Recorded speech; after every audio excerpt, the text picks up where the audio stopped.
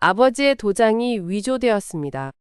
병실에서 갑자기 대출 약정서가 나타났고 현관, 비밀번호가 바뀌어 엄마는 집에 들어갈 수 없었습니다. 말 못하시는 아버지의 눈에서만 눈물이 흘렀습니다. 위임장과 통장 사이 무엇이 진실일까요? 아들은 단톡방에 엄마가 미쳤어 라고 적었고 그렇게 믿고 의지했던 내 아들이 어느 날 갑자기 우리 집 현관 비밀번호를 바꿔놓았을 때까지는 저는 아무런 의심도 하지 못했습니다. 남편 철수가 쓰러진 지도 어느덧 반년이 넘었습니다. 뇌졸중 후유증으로 오른쪽 몸이 마비되었고 말도 제대로 하지 못하는 상태가 되었지요. 병원과 요양원을 오가며 간병하는 일은 저 혼자서 감당하기에 버거웠습니다. 그럴 때마다 장남대성이 든든한 버팀목이 되어 주었어요. 회사 일이 바쁜데도 주말이면 꼭 병원을 찾아와 아버지 곁을 지켰고 요양원 비용과 각종 서류 처리도 적극적으로 도맡아 했습니다. 엄마 그런 거 저한테 맡기고 아빠나 잘 보세요. 제가 다 알아서 할게요. 대성은 항상 그렇게 말했고 저는 고마운 마음에 모든 서류와 도장 통장을 그에게 맡겼습니다. 우리 부부의 주민등록증과 인감도장은 평소 침실 서랍 안에 함께 보관했는데 대성이 필요할 때마다 가져가 사용했지요. 그는 아버지 병원비와 요양원 비용을 계산하다가 자금이 부족할 수 있다며 대출을 알아보겠다고 했습니다. 아빠 명의로 조금만 받아서 요양원 비용에 충당하면 돼요. 엄마 명의나 공동 명의는 피하는 게 나을 거예요. 그 말이 일리 있어 보였습니다. 남편 명의로 필요한 만큼만 대출을 받아 요양원 비용을 해결하는 게 현명한 방법이라고 생각했어요. 대성은 몇 주에 걸쳐 은행을 다니며 서류를 준비했고 마침내 대출 약정서 한 부를 가져왔습니다. 엄마 여기요. 아빠 명의로 5천만 원 받았어요. 이걸로 요양원 비용 1년치는 해결됐다니까 안심하세요. 약정서를 펼쳐보니 정말로 남편 김철수 명의로 된 문서였고 금액도 5천만 원으로 기재되어 있었습니다. 서명란에는 남편의 도장이 찍혀 있었지요. 저는 순간 의아했습니다. 남편이 직접 서명할 수 없는 상태인데 어떻게 도장이 찍혔을까요? 대성 아빠 도장은 어떻게 찍었니? 아빠가 직접 할 수 없는 상태인데. 엄마 그건 공증받은 위임장이 있으면 가능해요. 제가 아빠 대리인 자격으로 다 처리했으니까 걱정 마세요. 대성은 당당하게 말했고 저는 그 말을 믿었습니다. 그렇게 믿을 수밖에 없었어요. 내 아들이니까. 그 후로도 대성은 꾸준히 요양원 비용을 처리해 주옥고 병원에서도 그의 세심한 케어에 감탄을 하곤 했습니다. 정말 효자시네요 라는 말을 수없이 들었지요. 그러던 어느 날타지에 사는 차녀 미영이 전화를 했습니다. 엄마 요즘 아빠 병원비랑 요양원 비용 어떻게 되고 있어요? 대성 형이 다 처리한다고 하던데 괜찮아요? 응대성이 아빠 명의로 대출도 받아서 잘 처리하고 있단다. 너는 너희 집안일이나 잘 챙겨라. 아, 대출을 받았구나. 그런데 엄마 옛날에 아빠가 혹시 모를 일에 대비해서 비상용 통장 하나 만들었다는 이야기 기억나요? 그 통장은 어떻게 된 거예요? 미영의 말에 저는 멈칫했습니다. 비상용 통장? 저는 그런 이야기를 들어본 기억이 없었습니다. 남편이 그런 걸 만들었다면 저에게도 말했어야 했는데 전혀 언급이 없었거든요. 무슨 통장이니? 나는 처음 듣는 이야기인데. 아, 그렇구나. 아마 제가 잘못 들었나 보네요. 그냥 궁금해서 물어봤어요.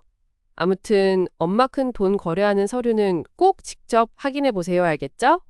미영은 이상한 말을 하고는 전화를 끊었습니다. 저는 그 말이 마음에 걸렸지만 대성이 그렇게 믿음직스러운데 무슨 확인이 필요하겠냐고 스스로를 달랬습니다. 그런데 그 다음 주의상한 일이 일어났습니다. 평소 보관하던 서류함을 정리하다 가 남편의 주민등록증과 인감도장이 사라진 것을 발견한 거예요. 저는 당황해서 집안을 샅샅이 뒤졌지만 찾을 수가 없었습니다. 대성에게 전화를 했더니 그는 아주 담담하게 말했어요. 아, 그거 제가 가져갔어요, 엄마. 요양원에서 추가 서류 필요하다고 해서요. 이따 가져다 놓을게요. 그래? 그런데 말이라도 해야지. 내가 깜짝 놀랐잖아. 죄송해요, 엄마. 바빠서 깜빡했네요. 대성은 그날 저녁에 주민등록증과 도장을 제자리에 돌려놓았습니다. 표정은 평소와 다름없이 밝았지만 왜인지 모르게 그의 눈빛이 조금 달라 보였어요. 제가 너무 예민하게 반응하는 건가 싶어 그냥 넘어갔습니다.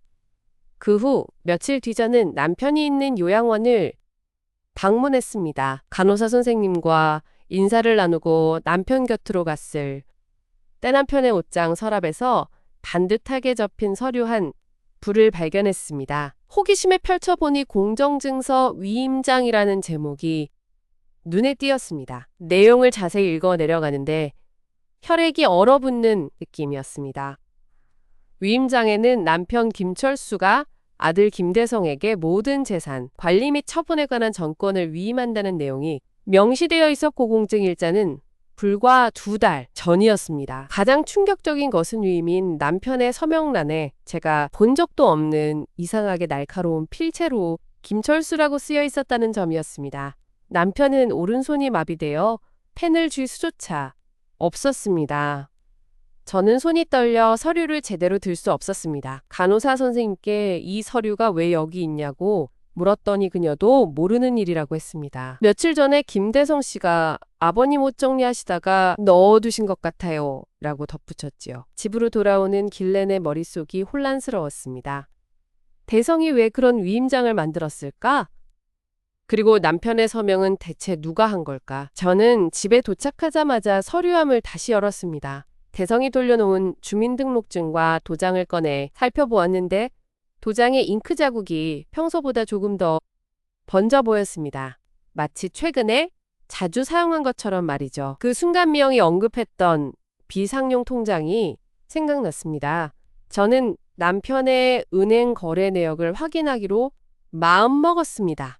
하지만 인터넷 뱅킹 비밀번호는 대성이 모두 설정해 놓은 상태였고 저는 그것을 몰랐습니다. 문득 남편의 지갑을 살펴보았습니다.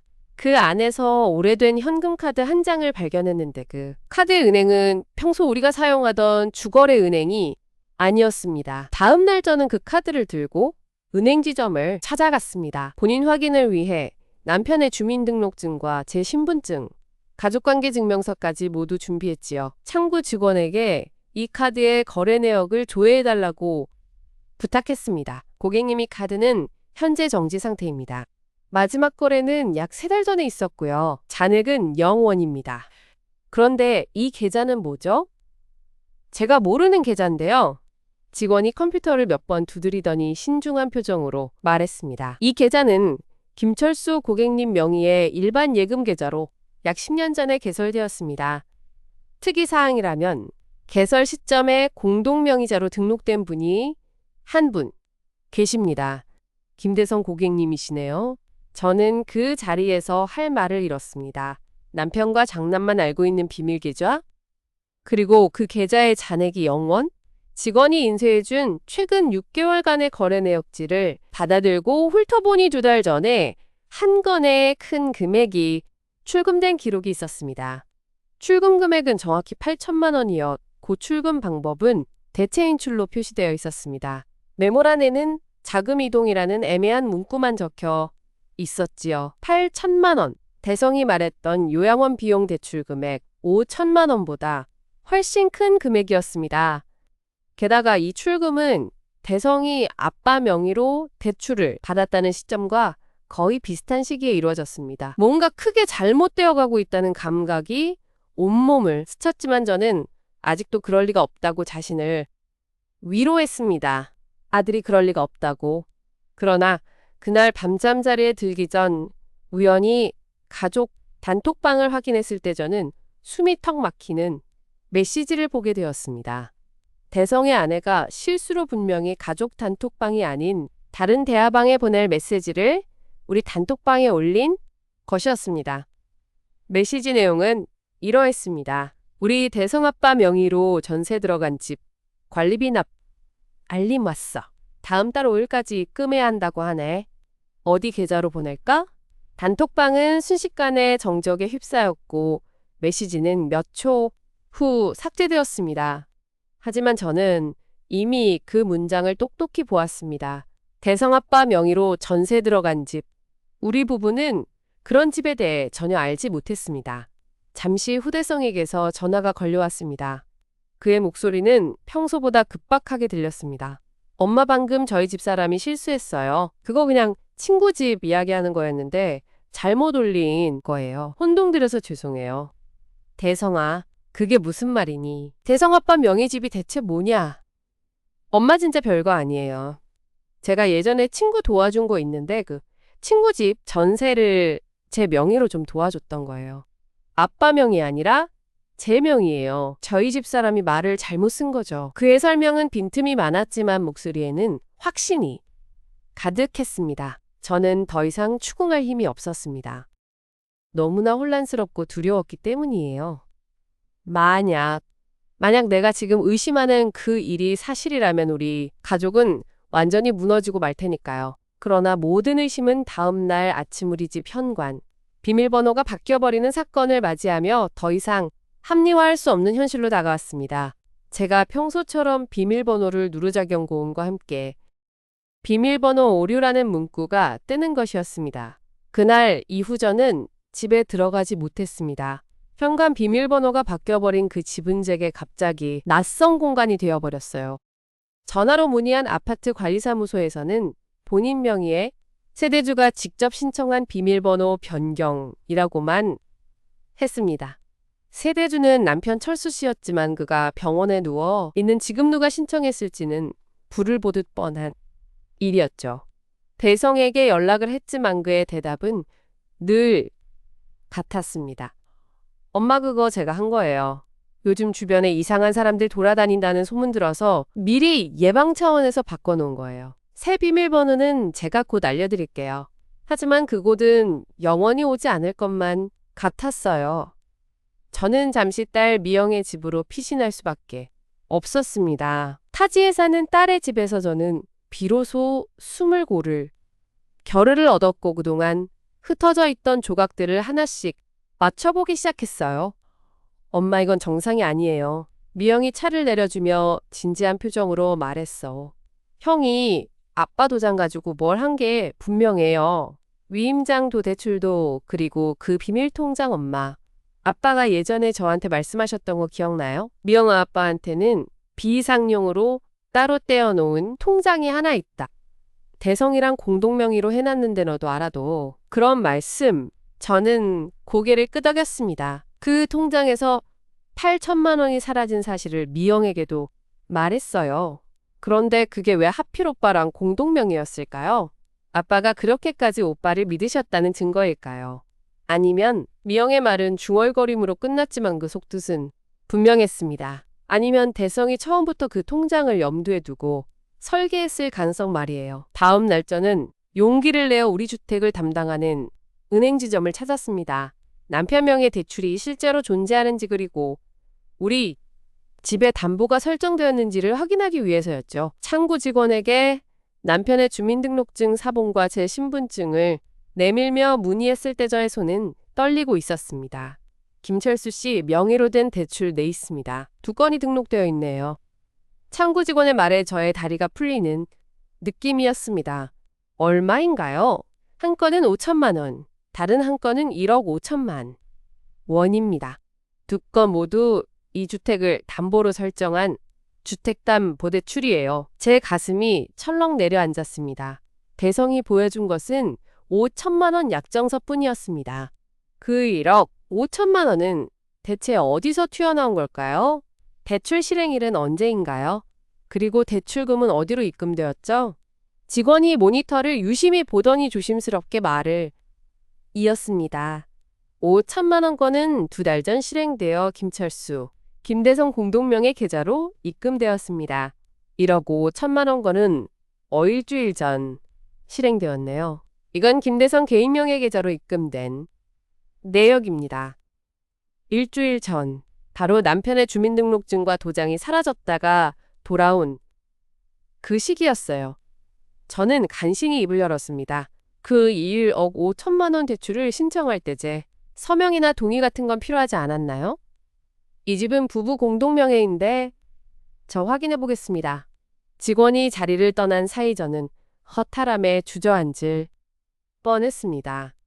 공동명의 재산을 처분하려면 배우자 동의가 필수라는 것은 삼척동자도 아는 사실입니다. 그런데 대출이 실행되었다는 것은 동의 서류가 위조되어 제출되었거나 아니면 직원이 돌아와 전한 말은 예상했던 것보다 더 충격적이었습니다. 확인해보니 김철수 씨 발급의 공정증서 위임장이 제출되어 있습니다. 위임 내용은 재산 전반에 관한 모든 관리 및 처분, 권한을 위임인 김대성 씨에게 부여한다 라고 되어 있어 서구에 따라 처리가 된 것으로 보입니다. 그 위임장을 제가 볼 수 있을까요? 원본은 공증사무소에 보관되어 있고 사본은 대출, 신청 서류와 함께 본행에 제출되어 있습니다. 열람을 원하시면 본인 확인이 더 필요할 것 같습니다. 오늘은 어려울 것 같고요. 저는 그냥 자리에서 일어났습니다. 더 이상 무슨 말을 해야 할지 몰랐어요. 2억 원의 대출, 그중 1억 5천만 원은 대성의 개인 계좌로, 그리고 모든 것을 가능하게 한 장의 위임장. 병원으로 가는 길에 저는 대성에게 전화를 걸었습니다. 이번에는 더는 의심이 아니라 확인을 위한 질문이었어요. 대성아 은행에 다녀왔단다. 내 아버지 명의로 대출이 2건 있다더구나. 5천만 원이랑 1억 5천만 원. 전화 나투가 침묵으로 가득 찼습니다. 그 1억 5천만 원은 일주일 전에 내 계좌로 들어갔다더라. 그게 대체 무슨 돈이니? 그리고 그 위임장이라는 건 내가 아버지 병실에서 가져갔던 그거 맞지? 엄마 그거 설명드리면 설명하지 마. 지금 당장 병원으로 와. 네 아버지 앞에서 내 눈앞에서 설명해. 제 목소리는 떨리지 않으려 애썼지만 분노와 배신감이 목구멍을 막고 있었습니다. 병원에 도착했을 때 대성은 이미 병실 밖 복도에 서 있었습니다. 그의 얼굴은 창백했고 평소의 당당함은 온데간데 없었어요. 들어가서 이야기합시다. 그가 병실 문을 열었습니다. 남편 철수 씨는 침대에 누워 창밖을 응시하고 계셨습니다. 우리가 들어와도 반응이 별로 없었어요. 아버지 엄마가 좀 묻자고 하셔서 대성이 시작하려는 순간 저는 그만 물었습니다. 1억 5천만 원을 네가 챙겼지? 그 돈으로 뭘 했니? 그리고 그 위임장 아버지가 그런 걸 네게 줄 리가 없어. 도대체 어떻게 된 거니? 대성은 잠시 말이 없더니 갑자기 눈물을 보이기 시작했습니다. 그것은 분노의 눈물이었어요. 엄마는 뭘 아세요? 아버지 병원비, 요양원비가 얼마나 드는지. 좋은 곳으로 보내려면 월에 1,000만 원씩은 기본이에요. 보험도 다 떨어졌고 엄마가 관리하는 상가 수입으로는 턱없이 부족하다고요. 제가 어떻게든 메꾸려고 발버둥 친 거예요. 그의 목소리는 커졌고 병실하니 그의 울분으로 가득 찼습니다. 그 위임장도 아버지가 편찮으시기 전에 미리 준비하신 거라고요. 제가 무슨 죄를 진 겁니까? 가족을 지키려고 애쓰는 게 죄라면 저는 죄인입니다. 그의 연기에 가까운 분노와 눈물 앞에서 저는 잠시 말문이 막혔습니다. 그 순간 침대에 누워있던 남편의 입에서 힘없는 목소리가 흘러나왔습니다. 안 돼. 철수 씨는 고개를 힘겹게 저으려 했고 눈가에는 눈물이 맺혀 있었습니다.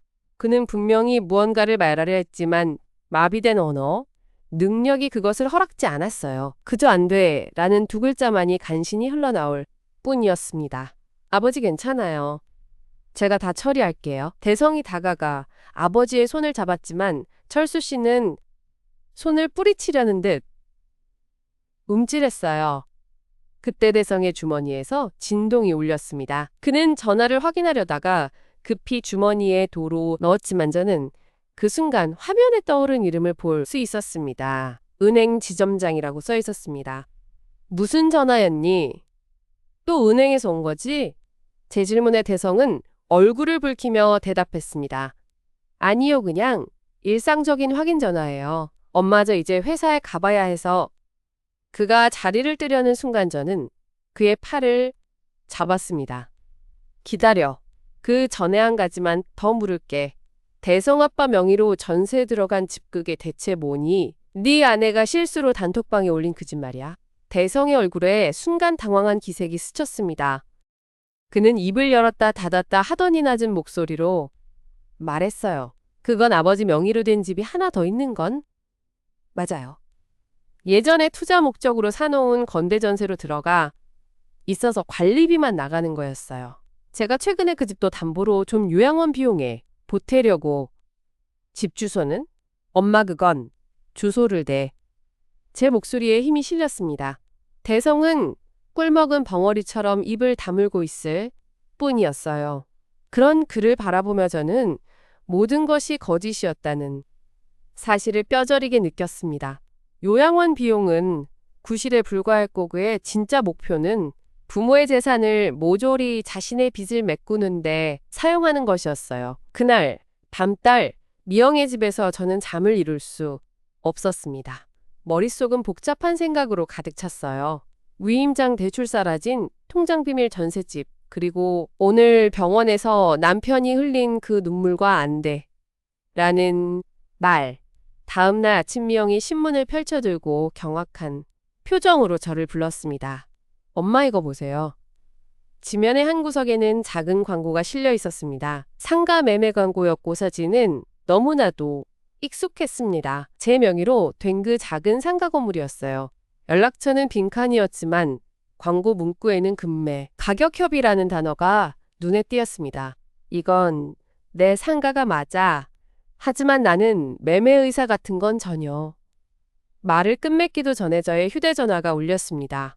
낯선 번호였습니다. 여보세요? 안녕하세요. 김대성 씨 어머니 맞으시죠? 저는 부동산 중개사인데요. 김대성 씨로부터 위임받아 상가 매매 관련해서 연락드렸습니다. 구매자가 나왔는데 내일 계약 보려고 하는데 가능하실까요? 중개사의 말 한마디가 저의 심장을 내리쳤습니다. 대성은 이제 제 상가까지 팔아치우려 하고 있었습니다. 위임장의 범위가 남편의 재산만이 아닌 제 재산까지 넘보고 있다는 사실이 공포로 다가왔어요. 제가 아무 말도 하지 못하는 사이전화 나투에서 중개사의 목소리가 다시 들려왔습니다.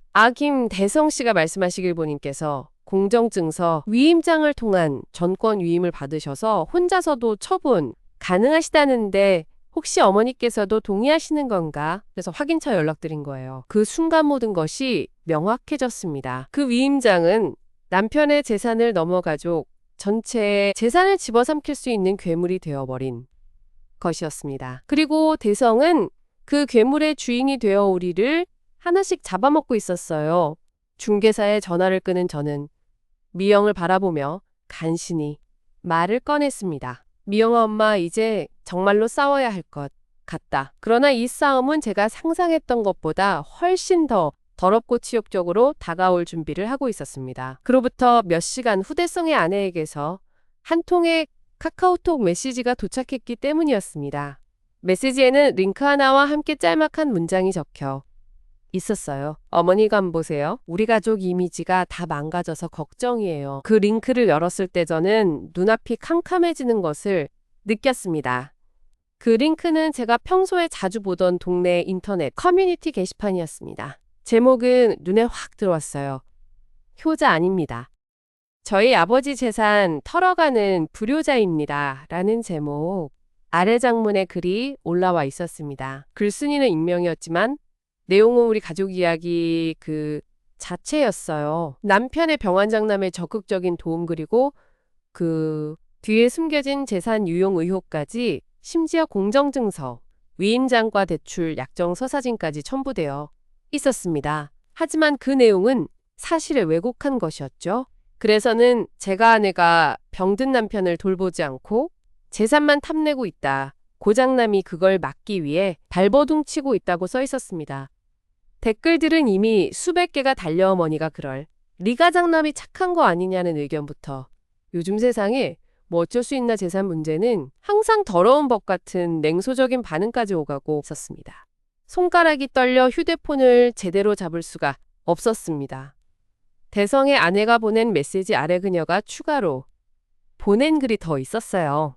어머니 글 누가 썼는지 모르겠지만 우리 가족이 이렇게 난리 나면 대성이 직장에서도 얼굴을 들 수가 없어요. 빨리 수습하시는 게 좋을 것 같아요. 대성이 말아 길어머니가 좀만 양보하시고 협조해 주시면 이 글은 바로 내려갈 수 있다고 하던데요. 협조. 그 단어가 무슨 뜻인지는 너무나도 명확했습니다. 제 상가매매를 방해하지 말고 집에 설정된 대출에 이의를 제기하지 말며 그가 하는 모든 일에 눈을 감으라는 것이었습니다. 아니 그보다 더 심한 것은 제가 이 모든 일에 주범인 것처럼 세상에 알려줘도 조용히 받아들이라는 협박이었어요. 체면과 소문을 가장 무서워하는 저희 세대에게 이건 정말 치명적인 한방이었습니다. 엄마 그거 뭐예요?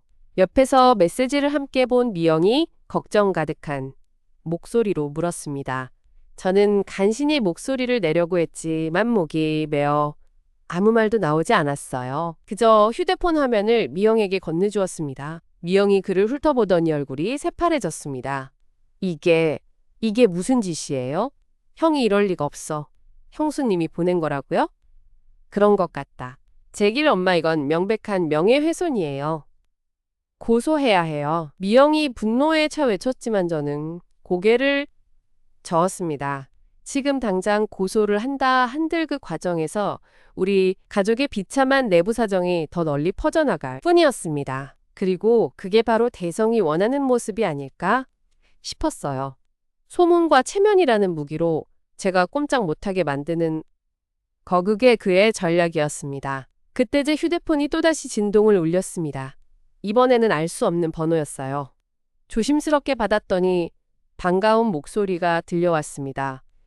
여보세요, 김철수 씨 댁이시죠? 저는 오은행 지점의 홍지점장입니다. 아까 병원에서 김대성 씨와 잠깐 통화했었는데 추가로 확인이 필요한 부분이 있어서 연락드렸습니다. 네, 저는 철수의 아내입니다. 무슨 일이시죠? 아마침 잘 됐습니다. 사실 김철수 씨 명의로 실행된 2건의 대출 특히 최근 1억 5천만 원 건에 대해 확인을 좀 하고 싶었습니다. 대출 실행 시 제출된 서류 중에 공정증서 위임장이 있었는데 위임인 김철수 씨의 인감증명서 발급 일자가 위임장 공증일자보다 나중입니다. 이건 좀 이상한 점이라 또한 임장에는 부동산, 처분 권한까지 포함되어 있는데 담보 제공 시 배우자 동의서가 필수인데 그게 없었거든요. 당시 담당자가 김대성 씨와 안면이 있어 서류를 누락한 부분이 있는 것 같아 정정 절차를 밟아야 할 것 같아 연락드린 겁니다. 저는 숨을 죽이고 들었습니다. 은행에서도 뭔가 이상함을 느꼈던 것입니다. 그게 무슨 뜻이죠? 간단히 말씀드리면 서류상 하자가 있을 수 있다는 뜻입니다. 특히 배우자 동의 없이 설정된 담보는 무효 처리될 가능성이 높아요.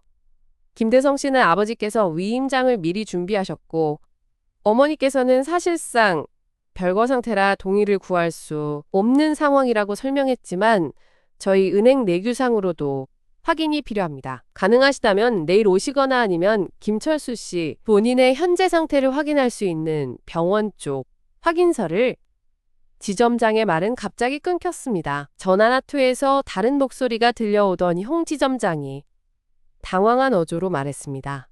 김대성 씨? 네, 지금 김철수 씨 댁과 통화 중이었습니다. 네? 그리고는 통화가 갑자기 끊겨버렸습니다. 대성이 은행에 가 있었던 모양입니다. 아니면 지점장에게 전화했다가 제가 통화 중인 걸 알아차리고 즉시 찾아갔을 수도 있겠죠. 어쨌든 그 짧은 통화는 한 줄기 빛과도 같았습니다. 대성이 만든 서류의 틈새가 드러나기 시작한 것입니다. 그러나 그 빛은 순식간에 어둠에 삼켜질 위기에 처했습니다. 끊긴 전화를 바라보던 저에게 미영의 휴대폰이 급하게 울렸습니다. 미영이 전화를 받자 그녀의 표정이 순식간에 굳었습니다. 네? 지금요? 갑자기 왜? 알겠어요. 지금 바로 갈게. 전화를 끊은 미영이 저를 뚫어지게 보며 말했습니다. 엄마 아빠 병원에서 전화 왔어. 아빠 상태가 급격히 안 좋아져서 중환자실로 옮겼대. 형이 병원에 와서 아빠한테 뭔가 말을 했는데 그 후로 아빠가 심장 박동이 이상해졌다고 형은 지금 병원에 있다고 해. 저의 다리가 풀렸습니다. 남편의 상태가 안 좋다는 것은 항상 걱정이었지만 대성이 와서 뭔가 말을 한 후라는 부분이 공포를 불러왔습니다. 저는 미영과 함께 병원으로 달려갔습니다. 중환자실 앞 복도에는 대성과 그의 아내가 서 있었습니다. 대성의 얼굴은 창백했지만 그 눈빛은 이상하게도 단호했습니다. 엄마 오셨습니까? 아버지는 어때? 무슨 일이야? 제 목소리가 떨리고 있었습니다. 대성은 깊은 한숨을 내쉬며 말했습니다. 아버지 가제가 드린 약을 거부하시더니 갑자기 흥분하셔서 제가 좀 진정시키려고 했는데 상태가 악화되셨습니다. 의사 선생님이 지금 진료 중이십니다. 무슨 약? 너는 아버지한테 무슨 약을 줬다는 거야? 그냥 영양제 같은 거예요, 엄마. 아버지 건강에 좋다고 해서 사왔는데 아버지가 이상하게 반응하시는 거죠. 아마도 인지장애가 더 심해지신 모양입니다. 그의 태도는 완벽하게 차분했지만 그 속에는 위협이 서려 있었습니다. 인지장애가 심해졌다는 말은 남편이 더 이상 정상적인 판단을 할 수 없는 사람으로 공식화될 수 있다는 의미였습니다. 그렇게 되면 대성이 가진 위임장의 효력은 더욱 강력해질 수도 있었습니다. 그때 중환자실 문이 열리며 의사가 나왔습니다. 김철수 씨 가족분? 저와 대성이 동시에 다가갔습니다. 네, 저희 아들입니다. 저희 어머니입니다. 의사는 저희를 번갈아 보며 말했습니다. 일단 진정제를 투여해서 상태는 안정되었습니다.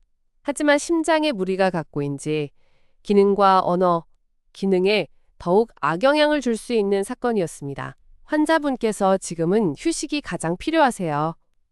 면회는 자제해 주시고 특히 자극적인 이야기는 절대 삼가해 주십시오. 의사의 말을 들은 대성이 고개를 끄덕였습니다. 알겠습니다, 선생님. 제가 좀 더 조심하겠습니다. 어머니 아버지가 이렇게 된 거 다 제 탓입니다. 하지만 아버지가 이제 그 어떤 판단도 하기 어려운 상태가 되셨다는 것이건 엄마도 아셔야 합니다. 그는 말을 이었습니다. 목소리는 낮았지만 복도에 메아리치며 선명하게 들렸어요. 아버지 재산 문제로 엄마가 요즘 불안해하시는 것. 저도 알고 있습니다. 하지만 아버지가 직접 저에게 위임장을 주시며 말씀하셨어요. 엄마는 돈 걱정을 너무 많이 하신다. 내 병원비 때문에 상가까지 팔 생각을 하신다. 그건 내가 원하는 바가 아니다. 너에게 맡기니 잘 관리해 다오. 라고요. 그걸 증명하라면 임장이 있습니다. 공증까지 받은 공식 문서예요. 그 순간 제 뒤에서 미영이 참지 못하고 튀어나왔습니다. 형, 그게 무슨 소리야? 아빠가 그런 말을 할 리가 없어. 아빠는 오른손도 못 쓰고 말도 제대로 못 하시는데 어떻게 위임장에 서명을 하셨다는 거야? 그 위임장 형이 만든 거지? 대성의 얼굴이 굳었습니다. 그의 아내가 미영 앞을 가로막으며 말했어요. 미영 씨 말 조심하세요. 대성이 그런 일을 할 사람인가요? 공증사무소에서도 본인 확인을 하고 공증한 건데 무슨 위조예요? 오히려 어머니께서 아버지 병원을 틈타 재산을 다른 데 옮기려는 게 아니냐는 소문이. 무슨 소리 하는 거야? 미영이 소리쳤지만 대성은 미영을 무시한 채 저를 똑바로 보며 말을 이었습니다. 엄마, 이제 그만하십시오. 인터넷에 오르내리는 글도은행의 이상한 문의. 전화도 이렇게 가족을 갈라놓고 싶으십니까? 아버지가 중환자실에 누워 계신데 우리 가족이 이렇게 싸워야 합니까? 제가 한 모든 것은 아버지를 위한 것이었습니다. 요양원, 비용치료비 앞으로의 생활비 엄마, 상가까지 팔려는 건아버지 전용 최고급 요양원. 비용을 마련하기 위해서였어요. 그는 주머니에서 뽑아낸 서류 한 장을 저에게 내밀었습니다. 5호 고급 요양원 입소 예약 확인서라고 쓰여 있었고 입소 예약금으로 5천만 원이 선입금되었다고 적혀 있었습니다. 입소 예정일은 한 달 후였습니다. 이게 제가 1억 5천만 원 대출금 중에서 쓴 돈입니다. 나머지는 아버지 병원비와 기존 대출 이자로 들어갔고요. 엄마 저를 의심하지 마십시오. 우리 가족이 함께 아버지를 모시는 게 중요하지. 이렇게 서로를 의심하다가 정말로 아버지를 떠나보내게 될까봐 겁이 납니다. 그의 눈에는 눈물이 맺혀 있었습니다. 그 모습은 지극정성인 효자이자 오해받는 아들의 모습이었어요. 순간 저는 흔들렸습니다. 내가 정말로 잘못 보고 있는 걸까? 모든 것이 다 오해인 걸까? 그가 보여준 요양원 예약서는 너무나도 확실한 증거처럼 보였습니다. 하지만 그때 제 가방에서 진동이 울렸습니다. 은행 홍지점장으로부터 온 문자 메시지였어요. 김철수 씨, 댁방금 통화가 끊겨서 걱정됩니다. 중환자실 복도에 등이 깜빡이던 그날 밤 저는 홍지점장의 문자를 읽고도 아무런 답장을 보내지 못했습니다. 대성과 그의 아내가 저와 미영을 애워싸고 있는 느낌이었어요. 그들의 눈빛은 걱정과 애원으로 가득했지만 그 아래에는 단호한 결의가 스며 있었습니다. 이제 그만두세요. 그러나 저는 더 이상 물러설 수 없었습니다. 남편이 중환자실에 누운 것 그 앞에서 대성이 보여준 요양원 예약서 인터넷에 퍼진 악성글. 모든 것이 하나의 고리로 연결되어 저를 옥죄고 있었어요. 저는 고개를 들었습니다. 대성 아내가 보여준 그 요양원 내일같이 가보자. 예약 상태를 직접 확인해 봐야겠다. 대성의 눈썹이 살짝 떨렸습니다. 엄마 지금 아버지가 중환자실인데 무슨 게다가 그곳은 예약제라 관계자 외에는 출입이 제한돼요. 그럼 예약 확인을 전화로라도 해보자. 지금 여기서 제 말에 대성은 잠시 주저하다가 휴대폰을 꺼내더니 번호를 누르기 시작했습니다. 그는 스피커폰으로 걸었고 몇 차례 벨소리 후 상대방이 받았습니다. 네, 오 요양원입니다. 안녕하세요. 일주일 전에 김철수 씨 예약으로 예약금 입금했던 김대성이라고 합니다. 예약 상태 확인 좀 해주실 수 있을까요? 김철수 씨, 네 잠시만요. 잠시 정적이 흐르던 후직원의 목소리가 다시 들려왔습니다. 김철수 씨 명의로는 예약 내역이 없습니다. 예약금 입금 내역도 확인되지 않고요. 혹시 다른 분명이나 다른 지점이실까요? 복도의 공기가 순식간에 얼어붙었습니다. 대성의 얼굴이 새하얗게 질렸고 그의 아내는 입을 손으로 가렸습니다. 대성이 급히 말을 더듬었습니다. 그럴 리가 없는데요. 제가 직접 예약금 5천만 원을 송금했거든요. 확인 다시 해보시겠어요? 죄송합니다. 시스템에 전혀 기록이 없습니다. 다른 지점은 전혀 다른 시스템이라 참고로 저희 요양원은 예약금이 최대 2천만 원까지예요. 5천만 원은 규정상 받지도 않습니다. 통화가 끝났을 때 대성은 휴대폰을 움켜쥔 채 멍하니 서 있었습니다. 그의 거짓말이 그렇게도 쉽게 무너져 내린 순간이었어요. 저는 그를 바라보며 이번에는 더 이상 의심이 아닌 확신으로 말했습니다. 대성아, 이제 그만해라. 네가 한 모든 거짓말을. 그는 고개를 들지 못했습니다. 그의 아내가 작은 목소리로 중얼거렸어요. 대성아, 이제 어떻게? 그 순간 중환자실 문이 열리며 간호사 한 분이 나오셨습니다. 김철수 씨, 가족분 환자분이 잠깐 의식을 회복하셨습니다. 짧은 면회는 가능하실 것 같아요. 한 분만 들어오셔야 합니다. 저와 대성이 서로를 바라봤습니다. 대성의 눈에는 패닉에 가까운 빛이 스쳤지만 그는 발걸음을 내디디지 못했습니다. 저는 깊은 숨을 들이쉬고 간호사님을 따라 중환자실로 들어갔습니다. 남편은 여러 기계에 연결된 채 창백하게 누워 계셨지만 눈은 뜨고 계셨어요. 제가 다가가자 그의 눈동자가 천천히 저를 향해 움직였습니다. 그의 입가가 미세하게 떨렸습니다. 말을 하려는 것이 분명했지 만소리는 나오지 않았어요. 저는 그의 손을 살며시 잡았습니다. 차갑고 힘없는 손이었습니다. 철수야 나야. 그의 눈에 눈물이 고였습니다. 그는 고개를 힘겹게 저으려 했지만 제 손을 꽉 잡는 힘은 놀라울 정도로 강했습니다. 그는 자신의 왼손으로 제 손등 위에 한 글자 힘겹게 쓰기 시작했습니다. 느리고 부정확했지만 저는 그 글자를 알아차릴 수 있었습니다. 대성 안 돼. 그리고 또다시 쓰기 시작했습니다. 장위조, 도장 위조. 저의 가슴이 먹먹해졌습니다. 남편은 알고 계셨습니다. 자신의 도장이 위조되어 사용되고 있다는 사실을.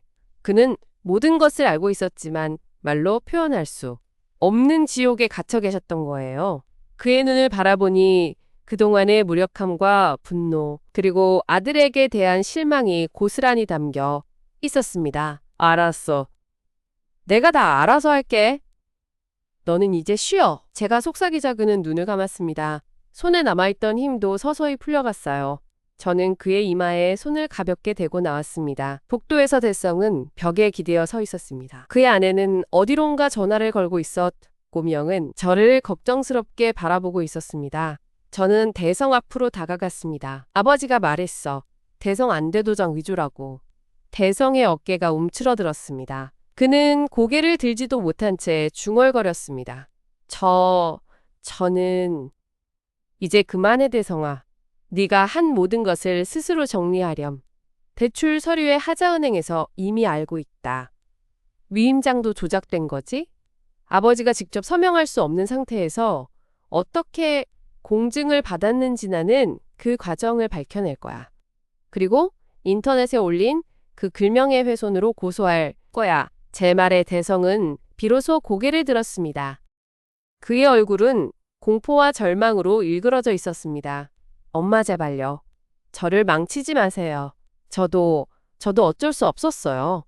개인 사업이 완전히 망해서 빚이 산더미처럼 쌓였는데 누가 도와준다고 했나요? 아버지 재산이 제게는 마지막 희망이었다고요. 그냥 잠시 빌린 거예요. 나중에 다 갚을 생각이었어요. 잠시 빌린 거?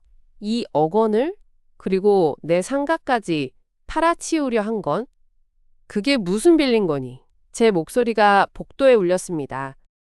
몇몇 사람들이 쳐다보았지만 저는 개의치 않았어요. 이제 체면 같은 건 아무런 의미가 없었습니다. 내일 오전까지 내가 만든 모든 거짓 서류와 위임장 원본을 내게 가져와. 그리고 은행에 가서 대출 취소와 담보 해지 절차를 시작할 거야. 네가 직접. 만약 그렇게 하지 않으면 나는 은행에 서류하자. 신고를 하고 경찰에 위조 혐의로 고소할 거다. 내 아내가 올린 그 인터넷 글은 명예훼손에 대한 확실한 증거가 되어줄 거야. 대성은 벽에서 미끄러지듯 바닥에 주저앉았습니다. 그는 얼굴을 손으로 가리고 흐느끼기 시작했습니다. 그의 아내는 전화 통화를 멈추고 그를 바라보며 울먹였습니다. 그 모습이 안쓰럽게 느껴졌지만 저는 마음을 굳게 먹었습니다. 이 한 번의 관용이 우리 모두를 더 깊은 구렁텅이로 빠뜨릴 수 있다는 것을 알았으니까요. 다음 날 저는 미영과 함께 우리 집 현관 앞에 섰습니다. 비밀번호는 다시 원래 번호로 복구되어 있었습니다. 대성이 해놓은 일이었겠지요. 집 안은 조용했고 서류 더미가 거실 테이블 위에 놓여 있었습니다. 공정증서 위임장, 원본 대출 약정서 4번, 인감증명서 발급 내역 그리고 대성이 개인적으로 작성한 빚 내역서까지. 대성은 집에 없었습니다. 그의 아내가 저희를 맞이하며 눈이 붉게 부은 채 말했습니다. 대성은 은행에 갔어요. 대출 취소 절차를 시작하러. 그리고 이건. 그녀는 봉투 하나를 저에게 건넸습니다. 안에는 현금으로 3천만 원이 들어있었고 간단한 각서가 동봉되어 있었습니다. 차용금이라고 써 있었지만 저는 그것이 무엇을 의미하는지 알았습니다. 그가 아직 돌려놓지 못한 비상용 통장에서 빼간 8천만 원 중 일부였을 거예요. 나머지는 조금씩 갚겠다고 합니다. 정말 미안합니다, 어머니. 저는 봉투를 받아들었지만 각서는 돌려주었습니다. 이 각서는 네가 가져가라. 나는 이 돈이 어디서 나온 건지 또 얼마나 더 있는 건지 은행을 통해 확인할 거야. 법적인 절차는 피할 수 없을 거다. 대성이 한 일은 단순한 가족 문제를 넘어선 범죄야. 그녀는 고개를 숙였습니다. 그 순간 제 휴대폰이 울렸습니다. 홍지점장이었습니다. 김철수 씨, 댁다행히 연락이 되네요. 어제 김대성 씨가 본행을 방문하여 부당 대출 부분에 대한 정정 신청을 접수했습니다. 배우자 동의서 누락과 인감증명서 일자 불일치를 이유로 담보 설정 무효화 절차를 시작했고 대출 자체도 조기에 상환 조치될 예정입니다. 다만 이미 사용된 금액에 대해서는 알겠습니다. 법적으로 책임져야 할 부분은 그렇게 하겠습니다. 감사합니다, 지점장님. 전화를 끊은 저는 테이블 위 위임장 원본을 집어 들었습니다. 공증일자 아래 남편의 서명이라 쓰인 부분을 뚫어지게 바라보았습니다. 너무나도 뻔한 위조였어요. 평소 남편의 유연하고 둥글둥글한 필체와는 전혀 다른 날카롭고 딱딱한 글씨였습니다. 저는 그 서류를 접어 가방에 넣었습니다.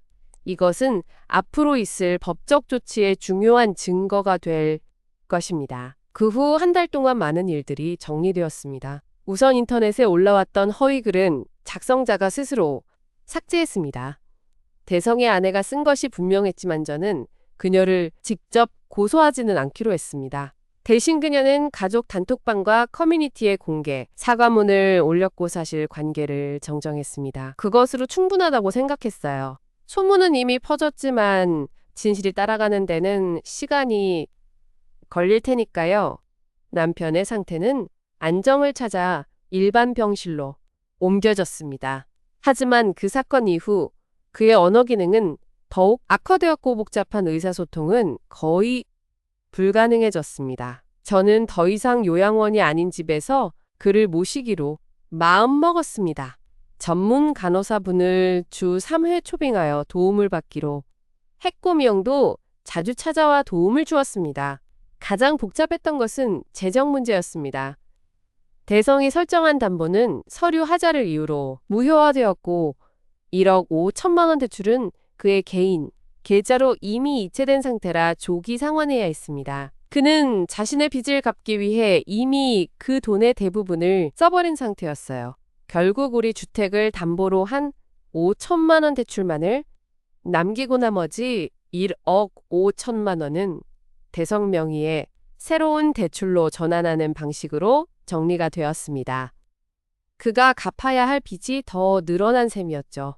그리고 그가 몰래 전세 들어갔던 아버지 명의의 집은 사실 그의 개인 빚의 담보로 이미 넘어간 상태라 되찾을 수 없게 되었습니다. 그 집은 결국 경매로 넘어갔고 저는 그 사실을 받아들일 수밖에 없었습니다. 상가는 당연히 팔리지 않았고 저는 그 작은 월세 수입으로 남편의 간병 비용과 생활비를 꾸려나가기로 했습니다. 대성은 회사에서도 그 사건으로 인해 큰 지적을 받았고 결국 스스로 사직서를 내렸습니다. 그는 아내와 함께 다른 도시로 이사 갔다는 소식이 들려왔습니다. 빚을 갚기 위해 새로운 시작을 한다더군요. 저는 그를 보내며 어떤 말도 하지 않았습니다. 용서라는 말은 쉽게 입에 올릴 수 없었거든요. 하지만 저주하지도 않았습니다.